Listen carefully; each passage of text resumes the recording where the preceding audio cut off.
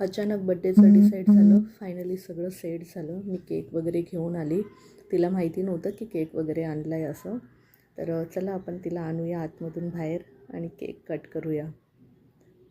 त्या आतमध्ये मस्त गप्पा ऐकत उभी होती.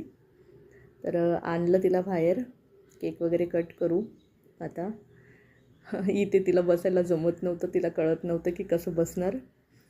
आणि आज तिचा बड्डे आहे. ती गावाला जाणार होती. तिला म्हटलं की मला आधी पार्टी दे मग तू जा. मग तिने पार्टी वगैरे दिली. मग आमच्याच घरी पार्टी वगैरे डिसाईड केली. देवांश केक लवर आहे. सो तो तिच्या बाजूला जाऊन बसला आणि केक कधी मिळेल याची वाट बघत बसला. केक पण तोच कट करणार आहे. इथे काकीने मी तिची पूजा करून घेतली आणि मस्त असं छोटंसं सेलिब्रेशन केलं. तिने आम्हाला पार्टी पण दिली. Devansh cake lover finally cake वगैरे खाल्ला बाबा त्याने पण. तो इथे थोडासा फोटोशूट वगैरे केला. आम्ही पण तिला